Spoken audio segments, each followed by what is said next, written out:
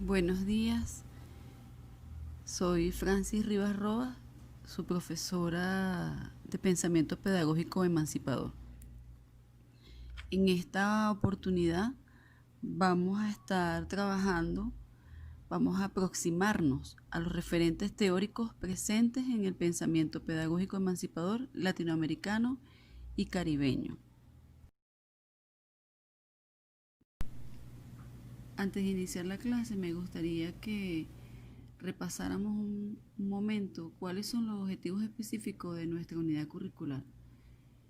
Son 4 y tenemos entonces caracterizar el pensamiento pedagógico latinoamericano y caribeño. Aquí se nombran algunos autores, pero aún faltan otros. El, el que escojamos, el que nos sustente, el que hagamos de elemento estructurante de nuestra investigación, tiene que ver con la formulación de nuestro problema, tiene que ver o con la posible solución o tiene que ver con el antecedente del problema, ¿no? Eso nos los va a ir dando la profundidad de la investigación, de la búsqueda. Otro objetivo es dilucidar los fundamentos teóricos del pensamiento pedagógico. Una vez recogido el pensamiento, tenemos que ver cuáles son sus fundamentos teóricos. El otro elemento es valorar ese papel que juega el pensamiento pedagógico en las luchas sociales por la educación popular en América Latina. Y por último, reflexionar y sistematizar su práctica pedagógica a la luz de los aspectos abordados en el pensamiento pedagógico. Es pensar, ¿ves? Como les decía al principio, es cómo nos relacionamos con el pensamiento pedagógico desde nuestra práctica pedagógica, a la luz de esos aspectos abordados en el pensamiento latinoamericano. Esto nos va a permitir posibilitar la concreción de una pedagogía para la transformación social, tomando en consideración nuestro contexto. Nuestra agenda del día de hoy, como les dije al principio, tenemos el objetivo de la clase, que es aproximarnos a los referentes teóricos presentes en el pensamiento pedagógico emancipador latinoamericano y caribeño. La agenda de trabajo está compuesta por las reflexiones sobre el pensamiento pedagógico que vamos a hacer, unas orientaciones que les voy a dar en tanto qué debemos revisar, cuáles son esos problemas de realidades educativas, qué debemos considerar, ese contexto social, político, histórico, geopolítico, la pedagogía crítica, la educación emancipadora, la educación popular, o sea, qué debemos considerar. Cuarto, ¿para qué debemos revisar los fundamentos teóricos presentes en el pensamiento emancipador latinoamericano y caribeño? Ahí les traje un ejemplo. Y por último, un ejercicio que ustedes traerán para la próxima clase.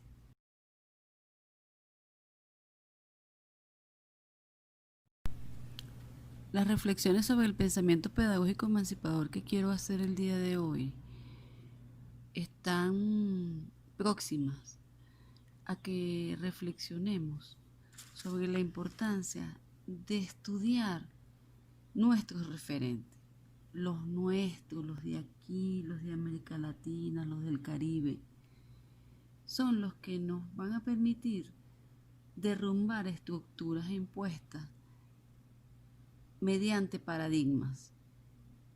Y eso nos ha tenido a nosotros atados, porque los paradigmas que hacen nos obligan a mantener estructuras mentales para preservar el status quo de ellos y desvalorizar nuestros elementos sustantivos, como nuestra historia, como nuestros referentes, que también los tenemos y tenemos mucho. Desconocer a Simón Rodríguez, le decían el loco, desconocer a Paulo Freire, desconocer a Hugo Chávez, desconocer muchos de los tantos pensadores, filósofos latinoamericanos y caribeños. Eso no es casual, eso es una imposición.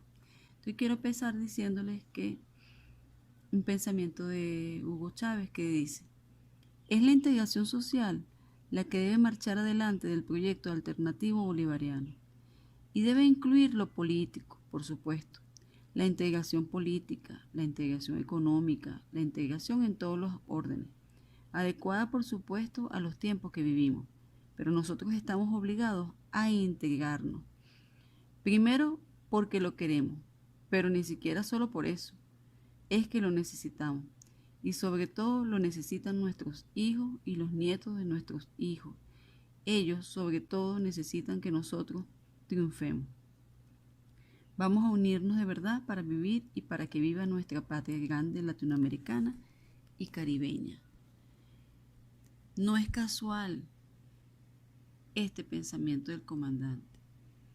Esta máxima no es casual, porque tenemos que reconocernos, tenemos que valorarnos, tenemos que unirnos, tenemos que luchar juntos, tenemos que tumbar estructuras. Y en ese sentido, en este momento que están haciendo un doctorado en la Universidad Bolivariana de Venezuela, es importante reconocer el pensamiento pedagógico emancipador latinoamericano y caribeño. Eso es uno de los elementos por los cuales existe también esta unidad, porque nos permite revisar, sistematizar, conocer, profundizar. Y eso les da la fuerza suficiente para fundamentar teóricamente el trabajo. Las reflexiones. La unidad curricular se inscribe dentro de un diálogo abierto e inconcluso, que nosotros debemos ir enriqueciendo en la medida que hagamos las investigaciones. Si nosotros estamos consolidando el pensamiento de Paulo Freire y definimos algunas dimensiones de trabajo y vamos sistematizando, esto nos da un aporte teórico, pero también nos da un aporte práctico y nos da un aporte tangible que podemos ir consolidando en una gran biblioteca latinoamericana y caribeña. Lo que estamos buscando es romper con ese pensamiento único, con ese dogmatismo cultural que nos han impuesto y reconocer entonces la interculturalidad de los pueblos. Vamos a intensificar la voluntad de transformar y analizar a la luz de experiencias que tenemos nosotros como educadores que somos para poder poner mediante una política orientada la justicia social, el desarrollo integral, la libertad. Esta perspectiva se asume desde una posición crítica para comprender los problemas que vayamos consolidando. Además, debemos despertar la curiosidad en esta búsqueda permanente. Esto es lo que se busca esencialmente en la unidad curricular. Cuando estudiemos la realidad educativa, tenemos que considerar también qué está ocurriendo alrededor, en el contexto social, político, histórico, geopolítico, enmarcados en un análisis crítico que busca la emancipación. No somos ahistóricos, no estamos aislados, no podemos seguir siendo invisibilizados. De allí la importancia entonces que consideremos el contexto social, qué está pasando en ese momento. Ahora no pueden haber investigaciones que no estén considerando la pandemia. No pueden haber investigaciones que no estén considerando que este país tiene más de 5 años bloqueado. No pueden haber investigaciones que no estén considerando toda la problemática que ocurre desde el decreto Obama. Las investigaciones tienen que considerar lo estratégico que es la patria, el carácter geopolítico que tenemos, esa importancia que somos en la región, porque somos una bandera de la emancipación. Podemos ser ejemplo de lucha, ejemplo de dignidad, ejemplo de perseverancia. Somos ejemplos. Eso hay que considerarlo. Todo lo que trabajemos con las lupas, con los lentes, con la mirada crítica, de la pedagogía crítica. Una pedagogía que está buscando que podamos sustentar la educación emancipadora.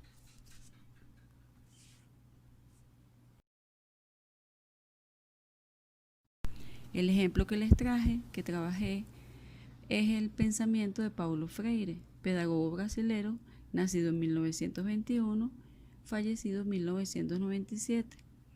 ¿Para qué? Para que podamos ver cuáles son las categorías que develan el pensamiento filosófico de Freire, para yo poder darle la fuerza teórica de decir que es un principio pedagógico. Bueno, en este párrafo pueden ver que el principio pedagógico que devela a Paulo Freire es la pedagogía humanista y liberadora. Uno va revisando los pensamientos, haciendo las lecturas y puede ir consiguiendo las categorías. En este caso es la pedagogía humanista y liberadora. Otros principios de este pedagogo brasilero tiene que ver con la búsqueda de la esencia del ser humano.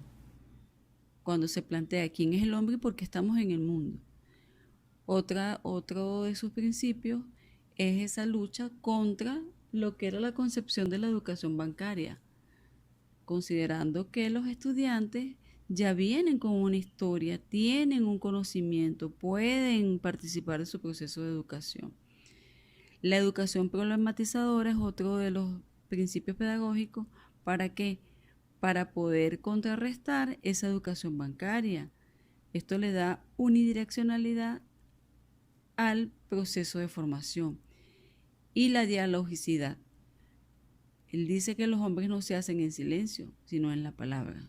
¿Qué importancia le está dando a la palabra el maestro Freire? Otro principio que orientaba a Freire era que los estudiantes debían entender su propia realidad. Esto formaba parte de la actividad de aprendizaje. ¿Por qué? Porque esto así les permitía orientarse hacia la transformación de la realidad. Por eso era importante y es importante que las actividades de aprendizaje se concentren en la transformación de lo que está pasando, de la problemática.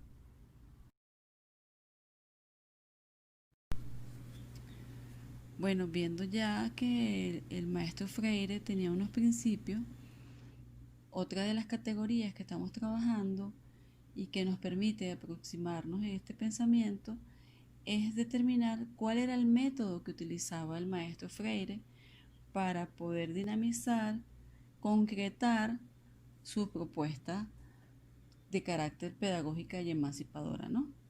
Entonces, bueno, en este método conseguimos que el maestro buscaba concienciar y politizar al estudiantado. Él decía que la educación es un acto eminentemente político, porque uno debe tomar partido, debe fijar posición.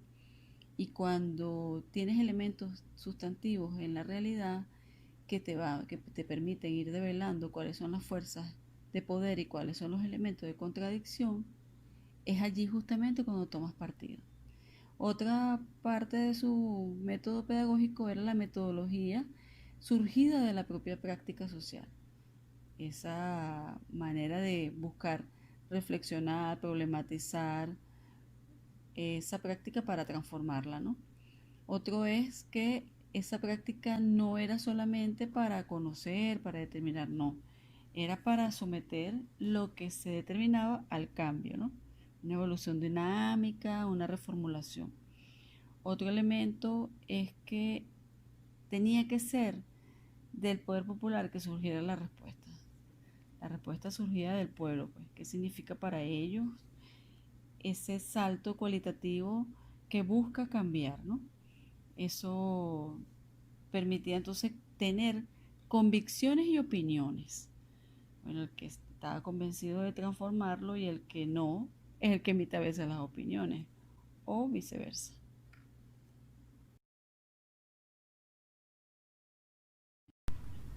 Tomé también como importante enseñarles las fases del método, de ese método del que acabamos de hablar. Bueno, aquí están las fases. Búsqueda de palabras y temas generadores para ver qué había de riqueza silábica y el elevado grado de participación. ¿Por qué? Por experiencia. Codificación de las palabras en imágenes visuales que alentaban a los participantes sumergidos en la cultura del silencio, a emerger como autores. Introducción del concepto antropológico de la cultura, con su diferenciación entre el hombre y el animal. Y codificación de las palabras y temas generadores en un círculo de cultura, bajo el discreto estímulo de un coordinador que no era un maestro en el sentido convencional, sino un educador educado en diálogo con educandos educadores. Todos los elementos que acabamos de ver sobre las fases del método le permitían al maestro una nueva codificación creativa, explícitamente crítica y encaminada a la acción, en la que los ex analfabetos empezaban a rechazar su papel de simples objetos en la naturaleza y de la historia social, empezaban a convertirse en sujetos de su propio destino. Maravilloso, ¿verdad? Porque en ese momento el maestro Freire estaba preparándose y trabajando con campesinos analfabetos, pero que sabían, tenían sus historias, sabían contar, sabían la medición de la hectárea, la producción de la semilla, la cosecha, los ciclos, todo un conocimiento que solo le faltaba una herramienta importantísima, pero que por culpa de esa herramienta entonces se invisibilizaban, eran sujetos de perversión, maltratados, bueno, todo lo que significa esa autoestima limitada, porque eres analfabeto, eres, bueno, analfabeto lo decimos con decencia, ¿no? Pero imagínense todas las cosas que pudieron haberles dicho o que les dicen a las personas que no han tenido la posibilidad de aprender a leer. Por último, les dejo el ejercicio que me gustaría que ustedes con una lupa, con esos lentes de la curiosidad, saquen las similitudes y las diferencias entre estos dos maestros. Aunque los dos no sean de la región. Tenemos a nuestro maestro venezolano, Andrés Bello, y tenemos al maestro Bostani. Investiguen de dónde es y por qué pensaba así. Nos vemos la próxima clase. Muchas gracias.